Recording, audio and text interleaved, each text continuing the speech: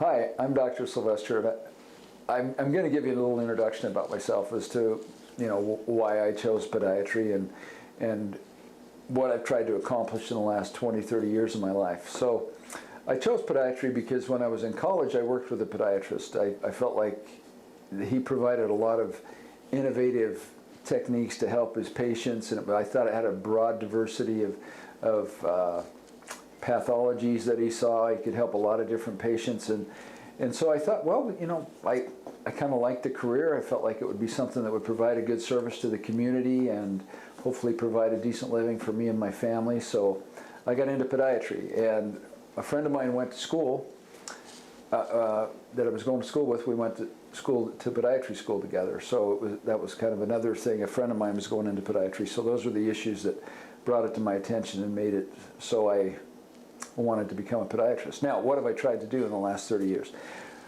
Well, podiatry is a very interesting career. There's a lot of guys, I guess in all careers, there's a lot of guys that just go through the motions and do the basic things and try to just solve simple problems and address things like they never change.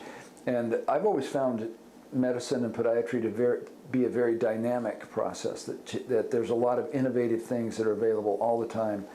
And you can really provide the patient with the next level of therapy by doing things a little bit more creatively and doing things that are a little more innovative. And so I found it to be a very challenging career my whole life. We've tried to instigate a lot of different surgical techniques, physical modalities like laser therapy, shockwave therapy, to get patients better that probably are a little atypical.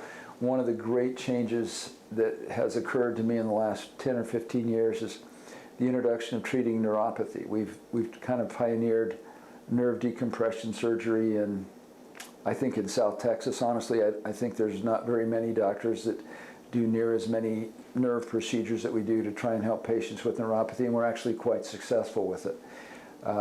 We also provide EST therapy for patients with neuropathy, and that's a machine it's a fairly large investment that has about an 85% success rate. I've never seen anything like it in treating patients with neuropathy.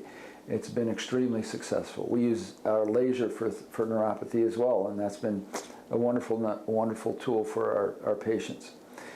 Just for example, like pediatric flat foot, I was in the hospital today. I was doing a surgery, and I was treating a young man that had pretty bad flat feet.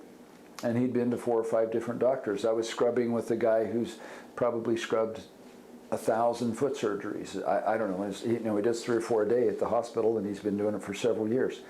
So he tells me, I've never seen these procedures before.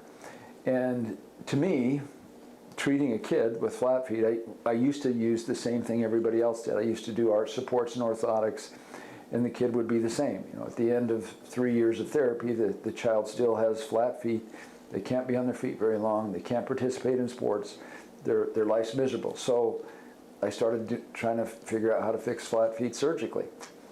And it's been a wonderful addition to our practice. We're able to help a lot of people that can't get help elsewhere. So that's kind of my story of podiatry, is I think that any career, there is always room for people that are willing to work harder and make more sacrifices to make the lives of the people that they serve better. And I feel like at the Next Step Foot and Ankle Clinic, we've tried to live up to that. I hope we have, and certainly I hope we've given hope to people that formerly didn't have hope. So that's kind of my story of my philosophy of practicing podiatry. Thanks for listening.